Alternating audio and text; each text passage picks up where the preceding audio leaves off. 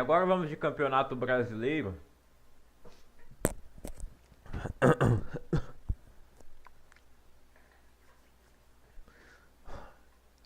Agora na 16ª rodada do Campeonato Brasileiro, mais uma rodada desfalcada de 3 jogos.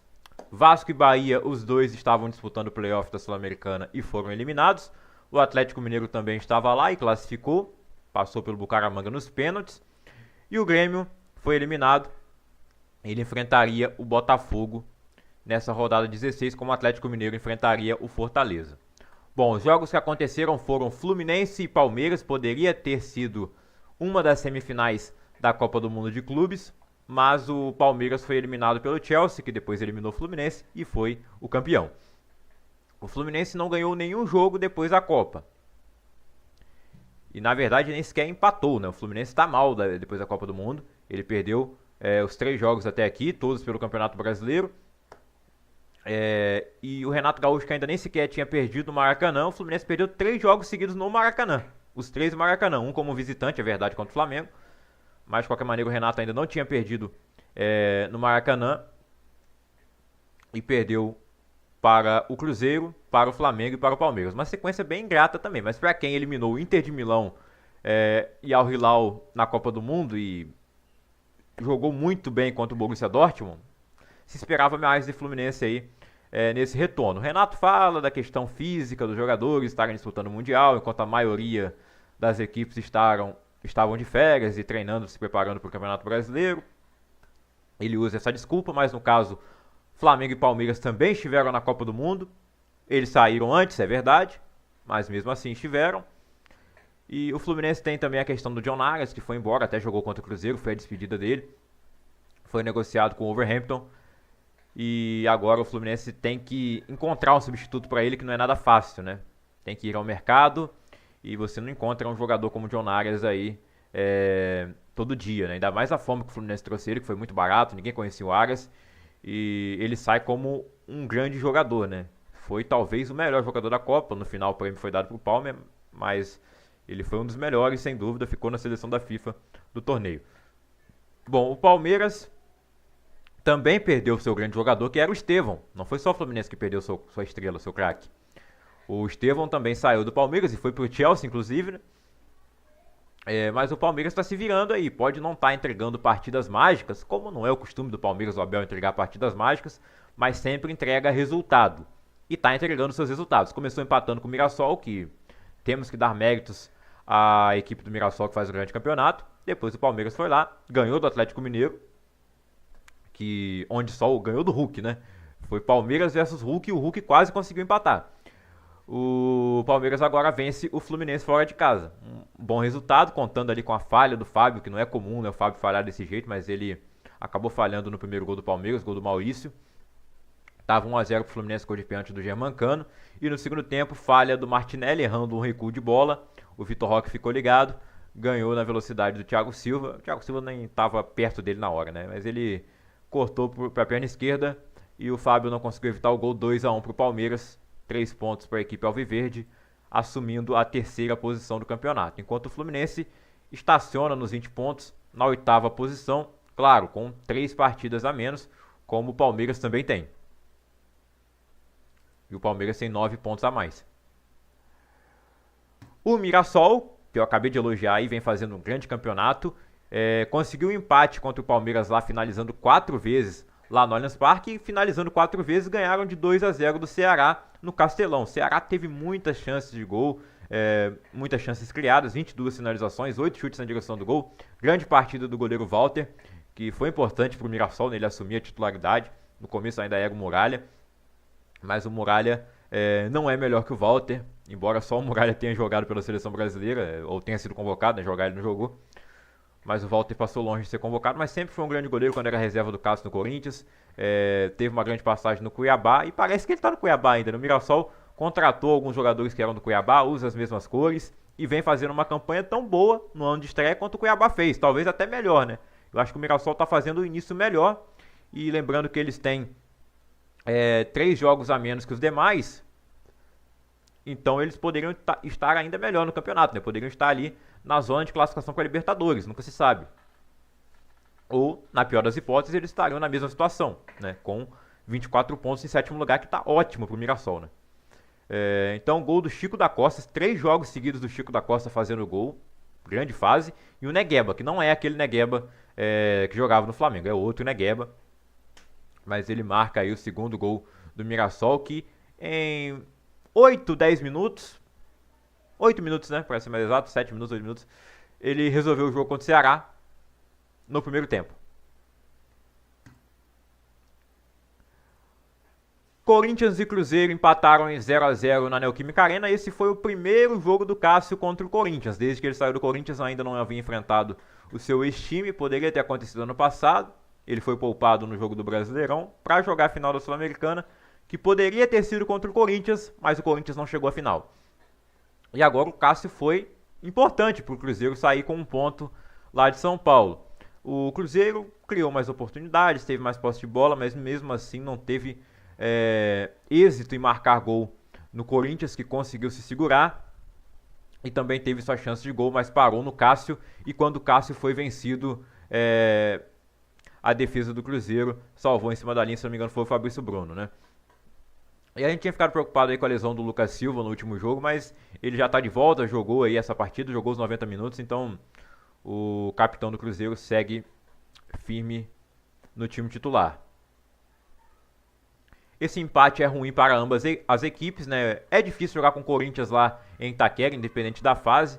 Então, no final, o empate foi até, pelo que foi o final do jogo, né, com as chances do Corinthians, foi até positivo para o Cruzeiro, mas pela fase do time, eu acho que eles esperavam a vitória. Não antes do campeonato, mas com o campeonato já iniciado, né? Você imaginava que o Cruzeiro fosse vencer o Corinthians lá. E para o Corinthians, melhor que perder para o líder do campeonato, que também era uma chance bem grande de acontecer, né? Mas no final poderia ter vencido, poderia ter perdido. O empate acabou sendo justo. E fora dos campos, a situação do Corinthians segue muito complicada, com os novos vazamentos aí da semana. Vazamentos ou divulgações, né, dos gastos do presidente atual, que está afastado, dos ex-presidentes. Nada fácil aí a situação política do Corinthians, como também está instável no Vasco e no Atlético Mineiro. No Atlético Mineiro dos três é a única SAF que tem um dono no momento, né? O Vasco até virou uma SAF, mas no momento está sendo comandado pelo Associativo, já que foi um calote a SAF da 777. Bom, o Sport fez uma boa partida contra o Vitória. Eu não esperava ver o time do Fábio Carille finalizando 26 vezes, sendo 11 chutes a gol. Foi um grande jogo, Vitória Sport, o duelo dos leões nordestinos. O jogo terminou 2 a 2 com muito entretenimento. O Vitória saiu na frente jogando em casa com o Eric. O Sport empatou com o Romarinho. O Vitória voltou à frente com o Renzo Lopes. E no final, Romarinho de novo evitou a derrota do Sport 2 a 2. Como eu estou falando, um jogo aí com bastante entretenimento, muito disputado. Na parte de baixo da tabela, o Sport segue sem conseguir vencer. Esse foi apenas o 4º ponto somado do Sport no campeonato.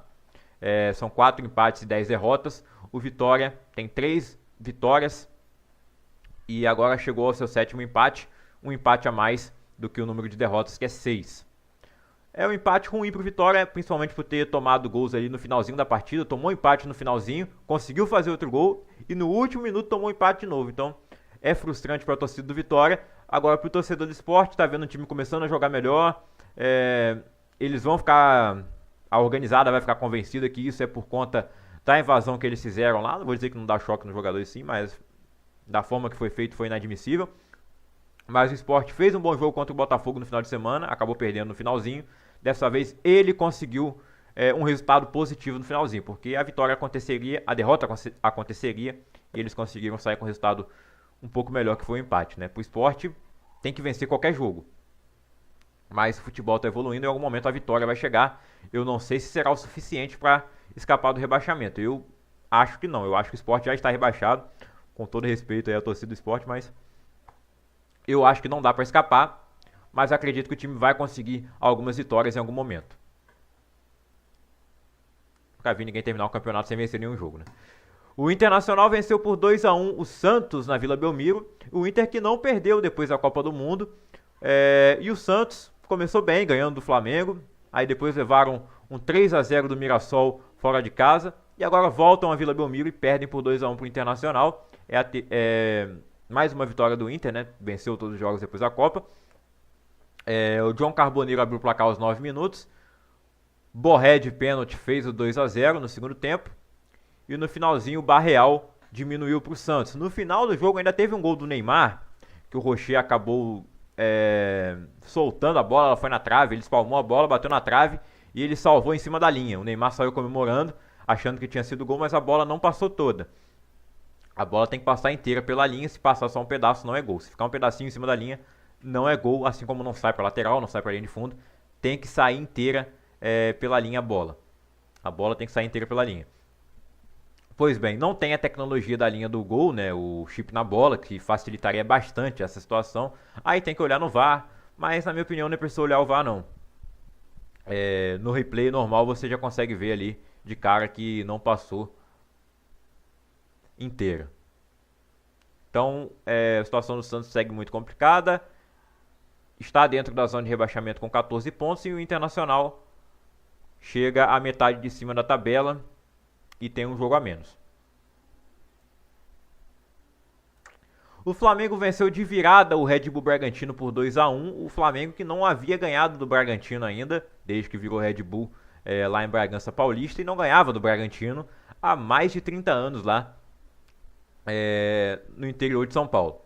Pois bem, o Bragantino abriu o placar no comecinho do segundo tempo, 8 segundos de bola rolando no segundo tempo. Lucas Barbosa fez o gol, abrindo o placar para a equipe do Fernando Seabra. O Flamengo chegou ao empate com o gol do Léo Pereira e o Wesley, que está se despedindo. Essa foi a última partida dele com a camisa rubro-negra. Ele vai jogar na Roma da Itália e ele fez o gol da vitória do Flamengo. O Pedro teve participação na jogada, foi titular nessa partida. Quando foi substituído, abraçou o Felipe Luiz. Parece que está tudo resolvido entre eles e também entre o Pedro e o elenco, né? O Flamengo que demitiu o médico da equipe nessa semana. Eu esqueci o nome dele agora, mas é um médico aí muito renomado, né? Que foi médico até da seleção brasileira por muito tempo, devido a vazamentos aí no WhatsApp. O Flamengo tem um problema sério com o WhatsApp também. E tá fazendo várias contratações. O Flamengo tá brincando de Master League aí, contratando Saul Niguez, Emerson Royal. Estão negociando também o Beltrán. Samuel Lino também foi contratado e é uma das mais caras da história do futebol brasileiro, contratações, né, junto com o Vitor Roque. Então o Flamengo se reforçando muito, um time que é forte, ficando ainda mais na disputa pelo título brasileiro, no qual ele tem um jogo a menos que o líder Cruzeiro. Um empate já colocaria ele junto com o Cruzeiro na liderança. Uma vitória então colocaria o Flamengo na frente isoladamente, sozinho. Então é isso, 2-1 pro Flamengo. E o São Paulo fechou a rodada vencendo por 1-0 o Juventude. Gol do Luciano, de novo, o Luciano marcou os 2 gols na vitória contra o Corinthians, marca o gol na vitória contra o Juventude lá no Rio Grande do Sul.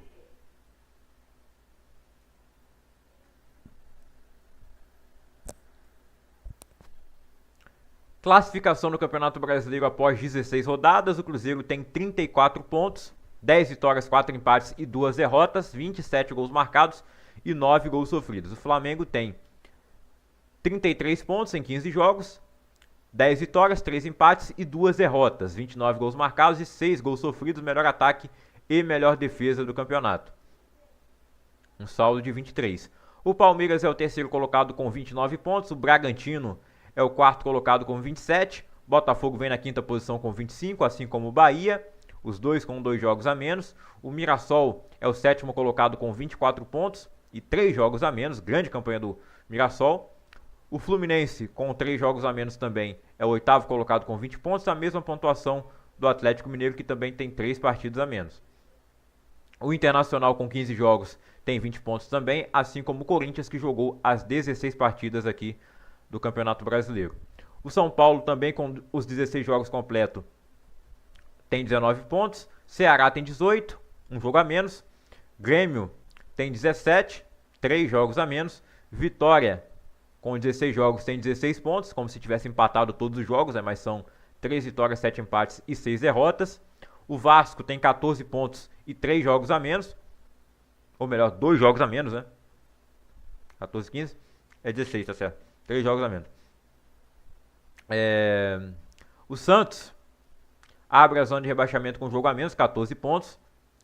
O Juventude tem 11 pontos, com 14 jogos também. Os 3 times finais aí tem 3 jogos a menos, Juventude, Fortaleza e Sport. Então, é o Brasileirão do asterisco, como diz o VSR, né? Todos os times praticamente têm algum jogo faltando. Se a gente pegar aqui, quem que tá completo? Cruzeiro, Bragantino, Corinthians, São Paulo e Vitória, só. O resto tem pelo menos um jogo faltando. 1, 2, 3. 1, 2 ou 3.